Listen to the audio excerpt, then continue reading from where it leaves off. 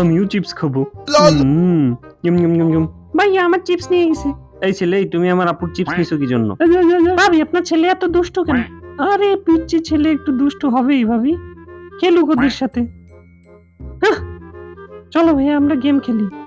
আমার চিপস তো শেষ, এখন আমিও গেম খেলবো। আরে আরে ভাবি খেলুক না, বাচ্চা ওরা, একসাথে খেলুক।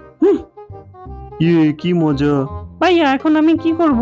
আচ্ছা আপু, আমি তোকে আর একটা খেলনা বানিয়ে দিচ্ছি। আরে নতুন খেলনা? ওইটাও আমার লাগবো। এই আমার নতুন খেলনা দাও। এত ফাজিল, আমি দেখতেছি। আরে ভাবি দেখা লাগবে না, আপনি আপনার বাচ্চারে নিয়ে যান গা। হ্যাঁ, আমার ওই খেলনা লাগবো।